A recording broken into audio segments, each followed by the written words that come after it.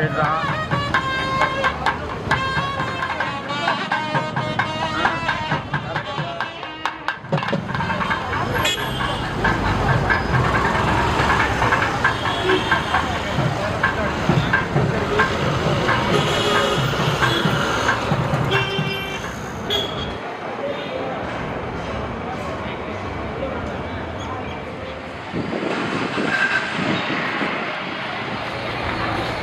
மக்களுக்கு தான் வெற்றி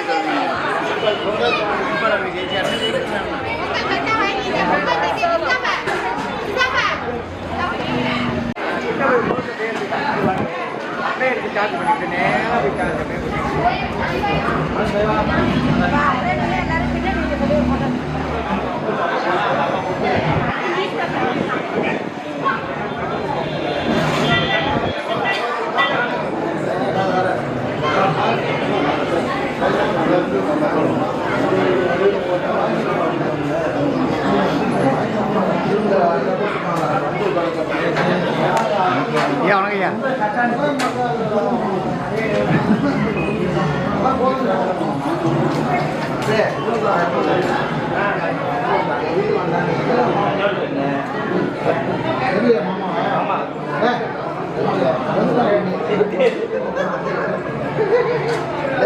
மாமா பார்த்ததுல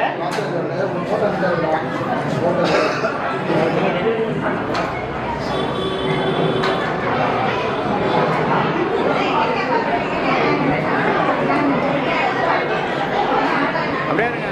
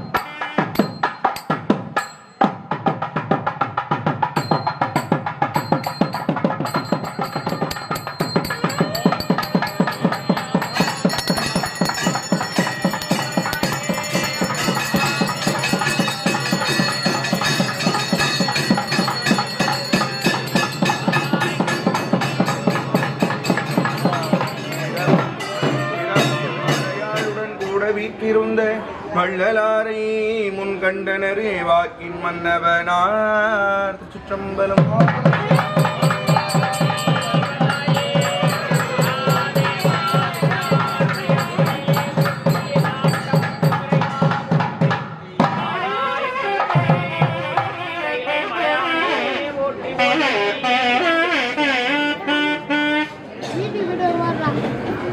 பூ எடுத்து அமுக்க. ஐயா என்ன பண்ணீங்க?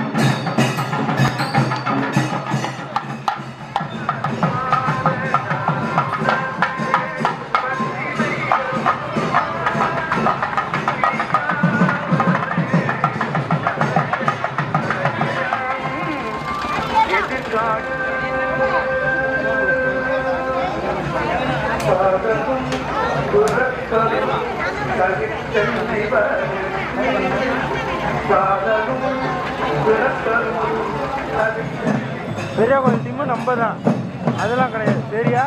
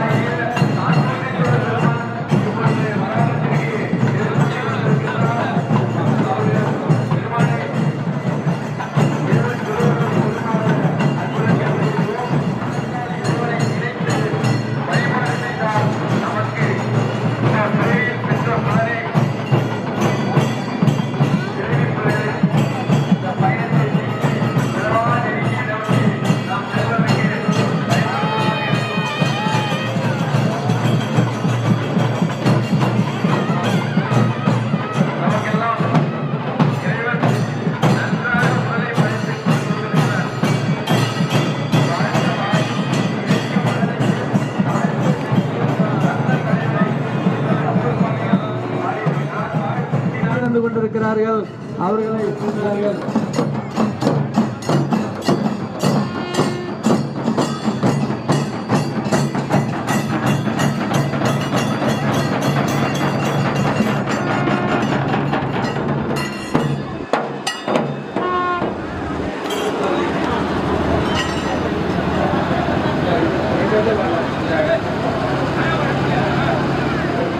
சுவாமிகளுக்கு பட்டு சாத்தும் வைபவம் நடைபெற இருக்கிறது. முதலாவதாக நமது மயிலாடுதுறை வீட்டிலிருக்கின்ற மயில்நாத பெருமானுக்கு பட்டு சாத்தும் வைபவம் இப்பொழுது நடைபெறுவார்கள். ஆலயத்தின் திருமண கல்யாணம் மற்றும் திருமுன்பாக இப்பொழுது மயூர்நாத பெருமானுக்கு பட்டு சாத்தும் வைபவம் இப்பொழுது நடைபெற்றுக் கொண்டிருக்கிறது. அதனைத் தொடர்ந்து தீபாராதனை நிகழ்வு நடைபெற்றுக் கொண்டிருக்கின்றதை நாம் கண்ணார கண்டு கொண்டிருக்கின்றோம்.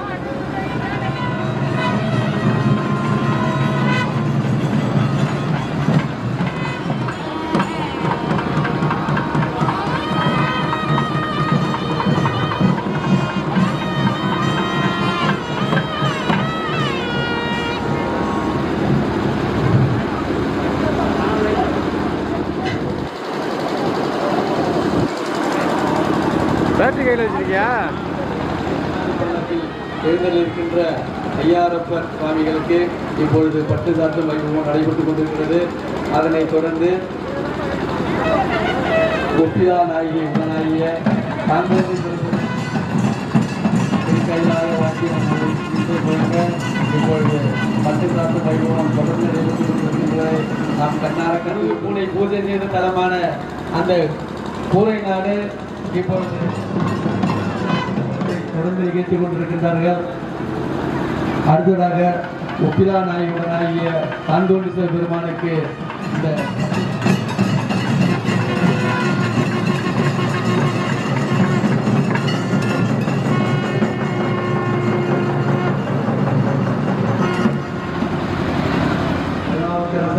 சுந்தரர் மாணிக்க வாசகர் என்று சொல்லக்கூடிய இந்த நான்கோருக்கும் இப்பொழுது பட்டு சாத்து வைபவமானது தொடர்ந்து நடைபெற்றுக் கொண்டிருக்கிறது.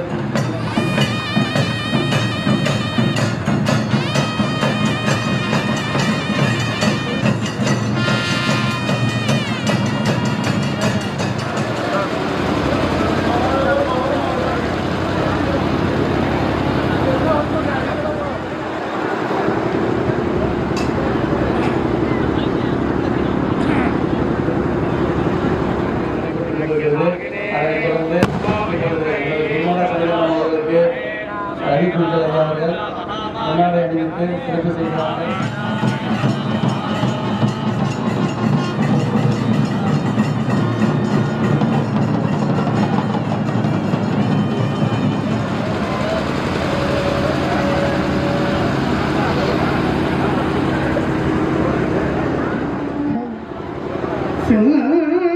சிந்திப்பவர்க்கு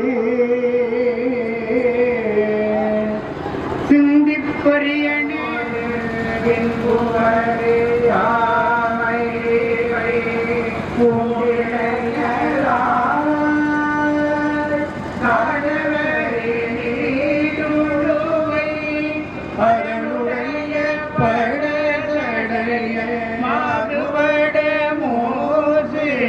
மயிலாடு தூரையே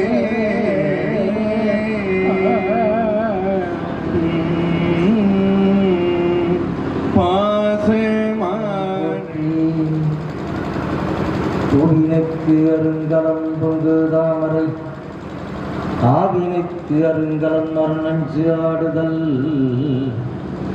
கோவினுக்கு அருங்கலம் கோட்டம் இல்லது நாவினுக்கு அருங்கலம் நமச்சிவாயவே.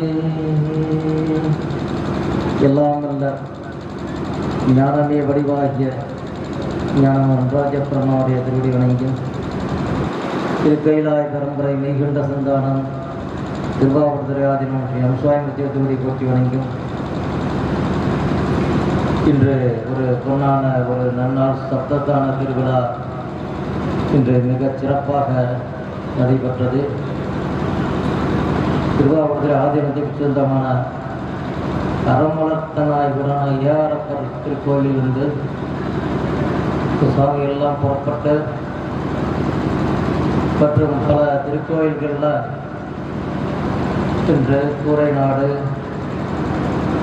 சித்தர்காடு, மூவலூர், சோளம்பேட்டை, திருஇந்தலூர் பல ஊர்களும் இந்த ஐயாரப்பர் சுவாமி எழுந்தருளி இன்று பஞ்சமூர்த்திகளும் இங்கே ஒரு அற்புதமான காட்சியெல்லாம் நமக்கு கிடைத்திருக்கிறது. இறைவனை காண்பதே பெரிய புண்ணியம். நாமெல்லாம் பிறவி எடுத்துக்கொண்டே இருக்கிறோம். இந்த பிறவியாகிய பெருங்கடலை கடப்பதற்கு ஒரு பிறவி நமக்கு இந்த மனித பிறவி கிடைத்திருக்கிறது. நாமெல்லாம் எத்தனையோ பிறவி பிறந்து இலக்கி விட்டோம். அதெல்லாம் நாம் நினைத்து பார்க்கணும். ஏதோ மனித பிறவி தான் பிறவின்னு நான் நினைச்சுக்கணும். எல்லா பிறப்பும் பிறந்து இலக்கு என்று மாணிக்கவாச திருவாசை புல்லாகி கூடாய் புழுவாய் மரமாகி அலுவலகமாகி பறவையாய் பாம்பாகி கல்லாய் மனிதராய் பேயாய் கணங்களாய் வல்ல அசுரராகி முனிவராய் தேவராய் எல்லா நின்றாய் தாவர சங்கமத்தில் எல்லா பிறப்பும் பிறந்திழைக்கும். எல்லா பிறப்பும் நம்ம பிறந்திழைக்கும். ஆடா பிறந்தோம், மாறா பிறந்தோம், கோடியா பிறந்தோம், ஏலா பிறந்தோம், புராணா பிறந்தோம். உலக பிறவி 74 லட்சம் யோனி பிறப்பெல்லாம் இருக்கு. இவ்வளவு பிறவியெல்லாம் கடந்து நமக்கு ஒரு மனித பிறவி நமக்கு கிடைத்திருக்கிறது. ஒரு அற்புதமான பிறவி.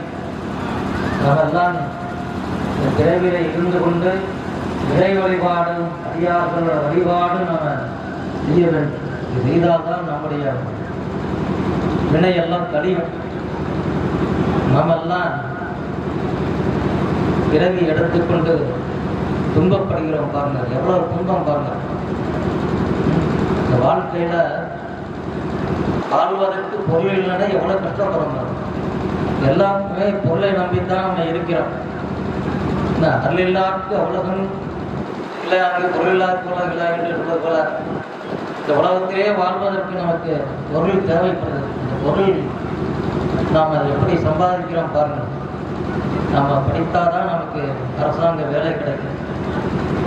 அதன்படி அந்த பொருளை நம்ம வாழ்க்கை வாழ்ந்து கொண்டிருக்கிறோம்.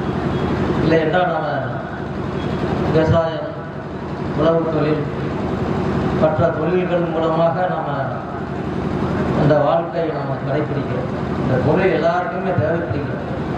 பொருள் இல்லைன்னா எவ்வளோ கஷ்டப்பட வாழ்க்கையில். ஒரு கல்யாணம் பண்ணிக்கணும்னா பொருள் இருந்தால் தான் நம்ம கல்யாணம் பண்ண வாழ்க்கையை சந்தோஷமாக இருக்க முடியும். இல்லைன்னா எவ்வளோ கஷ்டம் பாருங்க. எல்லாம் நம்ம எல்லாம் புண்ணியம் செய்தால் தான் அந்த பலன் நமக்கு கிடைக்கும். சும்மா உட்காந்துட்டாலும் எந்த பலனும் நமக்கு கிடைக்க போகுது. ஒன்று பாவம், இன்னொன்று புண்ணியம். பாவத்தின் பலன் நம்ம துன்பத்தை அனுபவிக்கிறோம். பாருங்க எவ்வளவு துன்பம், எவ்வளவு நோய் வந்தால் இந்த உடம்பு தாங்க மாட்டேங்குது. துயரம் கவலைப்பட்டு கொண்டு இருக்கிறோம். பொருள்னா கவலைப்பட்டு துன்பமின்றி துயரின்றி என்றும் நீர் இன்பம் வேண்டில் இராப்பகல் இயக்குங்கள் என்று திருநாவுக்கரசர் சுவாமி தேவாரத்தை அருமையாக பாடுங்க. இந்த துன்பமெல்லாம் யார் காரணம்? இதெல்லாம் நாம தான் காரணம். நாம என்ன செய்கிறோமோ அதுதான் நமக்கு திருப்பி வரும். இந்த பாவம் செய்தாலும் சரி, புண்ணியம் செய்தாலும் சரி, பாவத்தின் பலன் துன்பத்தை அனுபவிக்கிறோம். பாவம்னா என்ன? ஒரு உயிரை கொள்ளுதல் பாவம், அந்த உயிருக்கு துன்பம் செய்தல் பாவம். இதெல்லாம் பாவத்தின் பலன். இந்த பாவத்தின் பலன் நாம தான் அனுபவிக்கிறோம். அது இறைவன் நமக்கு அந்த வினையை ஊட்டுகிறார். பாவமாகி அந்த வினையை ஊட்டுகிறார். அந்த உடம்பை எடுத்து நாம் அனுபவிக்கிறோம். அது வேறு. புண்ணியத்தின் பலன் சந்தோஷமா வாழவிட நம்ம புண்ணியம் செய்யணும். அதுதான் நம்ம ஐயாரப்பருக்குள்ள அறமலர்த்தனாகி நம்பிக்கை 32 அறங்களை செய்தார். அதுபோல நாமும் நம்மால் முடிந்த அளவு இந்த அறங்களை புண்ணியங்களை நாம செய்ய வேண்டும். 4 வகையான புண்ணியங்களை திருமூலர் அருமையாக சொல்கிறார். யாவர்க்குமாம் இறைவனுக்கு ஒரு பச்சிலை, அந்த பெருமானுக்கு ஒரு பச்சிலை சாத்துங்க. அது உள்ளம் இறைவனுக்கு பெருமானுக்கு மிக உயர்ந்தது. அது சாத்தினாலே பெரிய புண்ணியம் இருக்குது. விநாயகருக்கு அருகம்புல் சாத்தினாலும் நமக்கு புண்ணியம் கிடைக்கும். மேலே பச்சிலை சாத்தல் பெரிய புண்ணியம். யாவர்க்குமாம் பசுவிற்கு ஒரு வரை, அந்த பசுவை நாம் தெய்வமாக வணங்க வேண்டும். இந்த பசுனா சாதாரண ஒரு மாடுன்னு நம்ம நினைச்சிட்டு போட்டுட்டோம்.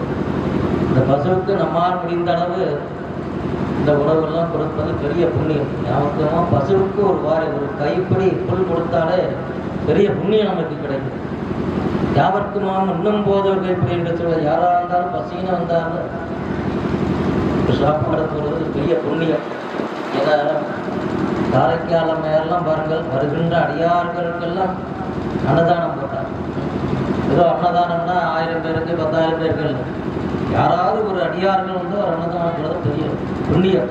அம்மையார் அப்பொழுது காரைக்கால் அம்மையார் இந்த செய்தனால இறைவரையே அங்கே தேடி வருகிறார். இதெல்லாம் நம்ம பெரிய புராணத்தில் நாம் எல்லாம் பார்க்கணும். யாவர்க்குமாம் பிறர்க்கு இன்னொருதானே என்று சொல்ல நல்ல சொற்களை இந்த காலத்தில் நாம் எடுத்து சொல்ல வேண்டும். இந்த காலம் இந்த கலியுகம், 4 யுகங்களை நாம் பார்க்குறோம் இந்த உலகத்தில். திருதயுகம், வேதாயுகம், துவாபர யுகம், கலியுகம். இப்போது நிறைய வரக்கூடிய இந்த கலியுகத்தில் நம்மெல்லாம் எவ்வளவோ மக்கள்லாம் வீணாகி கொண்டிருக்கிறார். மதுவினாலையும் போதையினாலையும் அடிமைப்பட்டு பள்ளிக்கூடத்து மாணவர்கள்லாம் இன்னைக்கு போதைக்கு அடிமையாக கொண்டிருக்கிறோம். இதெல்லாம் நாடு நாம் எல்லாம் திருத்த வேண்டும். மதுவை நாம் ஒழிக்க வேண்டும். மதுவினால தான் எல்லாம் இன்னைக்கு நடைபெறுகிறது. கொலை, கொள்ளை, பாலியல் பலாத்காரம் எல்லாமே நடைபெறுகிறது. முதல்ல நிறுத்தணும். இதெல்லாம் மக்கள்லாம் போராடினா தான் நம்ம முடியும். மதுக்கடையெல்லாம் இழுத்து மூட வேண்டும். கூறினா தான் மக்கள் நம்ம சந்தோஷமாக வாழ முடியும். இல்லைன்னா சந்தோஷம் இல்லைன்னா நம்ம எவ்வளவு ஒவ்வொரு வீட்டிலையும் எவ்வளோ துன்பத்தை அனுபவிக்கிறார்கள். ஒருவருக்கு சண்டை போட்டு கொடுக்கிறார்கள். இன்னைக்கு பாருங்க, நாடுகள்லாம் இன்னைக்கு ஒவ்வொரு நாடும் சண்டை போட்டு கொடுக்குது. எல்லாம் அறியாமை தான் காரணம். அது ஏன் இந்த அறிவு ஏற்படவில்லை எங்களுக்கு? இந்த ஆணாமரம் வந்து மறைத்து கொண்டே இருக்கிறது. இன்னைக்கு பாருங்க, இஸ்ரேலு, ஈரான், அமெரிக்கா சண்டை போட்டு கொடுக்குறது. எதனால சண்டை போட்டுக்கணும்? எல்லாம் ஒரு அறியாமை தான். இந்த நாட்டை அந்த நாட்டை கைப்பற்றணுமா, அந்த நாட்டை இந்த நாட்டை கைப்பற்றணுமா, எல்லாம் ஒரு அறியாமை தான். அந்தந்த நாட்டில் இறைவன் இந்த உலகத்தை நாம் படைத்து கொடுக்கிறார். இந்த உலகத்தை யார் படைத்து கொடுக்கிறார்? இறைவன் தான் படைத்து கொடுக்கிறார். அப்படிப்பட்ட இந்த இறைவனுக்கு நாம் நன்றி செலுத்த வேண்டும். அதுக்காக தான் நம்ம கோயிலெல்லாம் திருவிழாக்கள்லாம் நடைபெறுகிறது. இந்த திருவிழாக்கள் எல்லாம் நாமெல்லாம் கண்டுகளிக்க வேண்டும். இந்த 5 சுவாமிகளும் இன்றைக்கி மயூரநாத பெருமானுக்கு எழுந்தருளி இங்கே மயூரநாத பெருமானை வரவழைத்து அந்த காட்சியெல்லாம் 4 பெருமக்கள்லாம் இன்றைக்கி அந்த காட்சி கழித்து கொண்டிருக்கிறார்கள். 4 பெருமக்கள்லாம் திருமுறைகள்லாம் பாடியிருக்கிறார்கள். அந்த திருமுறைகள்லாம் நாமெல்லாம் வாய் விட்டு ஓதணும். திருமுறைகளும் நமக்கு கிடைச்சிருக்கு. வேற எங்கேயாவது நமக்கு கிடைச்சிருக்கலாம் பாருங்கள். வேற எந்த நாட்டிலாவது கிடைச்சிருக்கிறார்? தமிழகத்திலே நமக்கு பெரிய புண்ணியம். நமக்கு பாரத நாடு, நமக்கு இந்த இந்தியாவிலே நமக்கு தமிழ்நாட்டில் மட்டும் 274 திருக்கோயில்கள்லாம் இருக்கின்றது. இந்த திருக்கோயிலுக்கு சென்று ஊராக சென்று நம்ம வழிபாடு நம்ம செய்ய வேண்டும். இன்றைக்கி கோயில்னா பார்த்தாலே எங்கே பார்த்தாலும் கூட்டமாக இருக்குது. திருச்செந்தூர் பார்த்தா முருகனை வழிபாடு செய்வதற்கு கூட்டமாக செல்கிறார்கள். அண்ணாமலை சென்று பார்க்கறதுக்கு கூட்டமாக செல்கிறார்கள். இதெல்லாம் நமக்கு திருக்கோயில் சென்று வழிபாடு செய்வது பெரிய புண்ணியம் நமக்கு கிடைக்கும். அந்த புண்ணியத்தை செய்தால் நம் வாழ்க்கையில் நாம் சந்தோஷமாக வாழலாம். இறைவனை நாம் வாயார வாழ்த்துவதற்கு திருமுறைகள் கிடைத்திருக்கிறது. இந்த வேதங்கள்லாம் 4 வேதங்களும் இந்த இறைவனை வாழ்த்த வேண்டும். திருமுறையிலும் அந்த 12 திருமுறைகள்லாம் நம்மால் முடிந்த அளவு திருக்கோயில் வந்து ஓத வேண்டும். இல்லை வீட்டில் இருந்து கொண்டே நாம் அந்த வழக்கு ஏற்றி வைத்து திருமுறைகள்லாம் நம்ம படிக்கணும். படித்தால்தான் நம்முடைய வினை கிடைக்கும். நம்முடைய வினை எவ்வளோ இருக்குன்னு நமக்கு தெரியாது. ஏதோ போன பிறவிலையோ, நான் அடுத்த முந்தைய பிறவிலையோ, இல்லை 10 பிறவிக்கு முன்னாடியோ எனக்கு சொல்ல முடியாது. இந்த உலகம் தோன்றியது 4 யுகங்கள் பார்க்குறோம். அதுக்கு முன்னாடி எத்தனை 4 யுகங்கள் முடிந்து விட்டது. இதெல்லாம் நம்ம பார்க்குறோம். சஞ்சித வினைகள்லாம் நிறைய இருக்கின்றன. சஞ்சித வினைன்னு என்ன? குற்றவில் செய்த வினை, பல கோடி ஆண்டுகள் செய்த இந்த வினையெல்லாம் இறைவன் நமக்கு கொஞ்சம் கொஞ்சமாக ஊட்டுவிக்கிறான். இப்போ ஒருவன் ஒரு மூட்டை நெல் சுமக்கிறான் என்றால் ஒரு 10 மூட்டை நெல் சுமக்க முடியுமா? முடியாது. அதுபோல தான் இறைவன் நமக்கு அந்த வினையெல்லாம் கொஞ்சம் கொஞ்சமாக நமக்கு கொடுத்து, இந்த உடம்பை கொடுத்து இந்த இறைவன் நமக்கு இந்த கழிக்கின்றான். கழித்து இந்த உயிர் வந்து என்ன செய்யலாம்? இறைவனுடைய திருவடி சேரும். உடம்பு சேருமா? உடம்பு சேர. உயிர் தான் தூய்மை அடைய வேண்டும். அதான் வள்ளுவர் செய்கிறார். மனத்துக்கண் மாசிலன் ஆதல் அனைத்து அறம் ஆகுல நீரபெற என்று வல்லவரே சொல்கிறார். எதை செய்தாலும் மன தூய்மையோடு செய்ய வேண்டும். ஒரு விளக்கு ஏற்றினால் இறைவனுக்கு மன தூய்மையோடு விளக்கு ஏற்றணும். ஒரு விளக்கு ஏற்றுவது பெரிய புண்ணியம். திருமறைக்காட்டிலே ஒரு எலி அந்த திரிய தூண்டி விட்டதற்கு அடுத்த பிறவில மகாபலி சக்கரவர்த்தி ஆக்கினார் இறைவன். அதுபோல நாம் எல்லாம் இந்த இறை வழிபாடு செய்யும் போது நம்மால் முடிந்த அளவு இந்த திருக்கோயிலுக்கு விளக்கு ஏற்ற வேண்டும். இந்த திருக்கோயிலுக்கு உள்ள இந்த அபிஷேக பொருட்கள்லாம் வாங்கி கொடுப்பது புண்ணியம். ஏன்னா இந்த நிலையில்லாத உலகத்தில் நாம் எல்லாம் வாழ்ந்து கொண்டிருக்கிறோம். இந்த திருநாள் தேவாரத்தில் அருமையாக பாடுகிறார். நிலை வருமாறு என்னதியே நெஞ்சே நீவா நித்தலை எம்பிராண்டே கோயில் புக்கு புலர்வதும் நலைக்கிட்டு மெழுக்கமிட்டு பூமாலை புனைந்து ஏற்றி புகழ்ந்து பாடி தலையார கும்பிட்டு கூத்துமாடி சங்கராசை போற்றி போற்றி என்றும் அலைபுணர் செஞ்சடையும் ஆதி என்றும் ஆரூராய் என்றென்று அலரானில்லே என்று திருநாகர் தேவாரத்தில் அருமையாக பாடுகிறார். பூ கட்டி கொடுப்பது புண்ணியம்.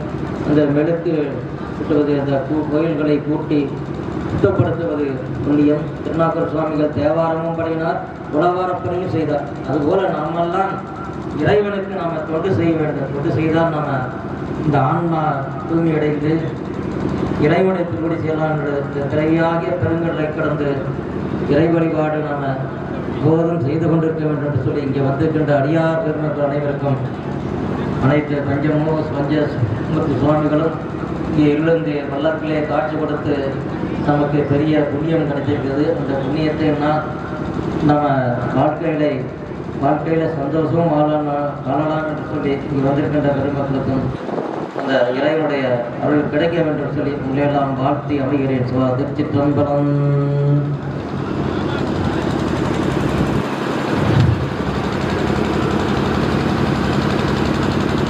வாழ்த்து குருமர்கள்.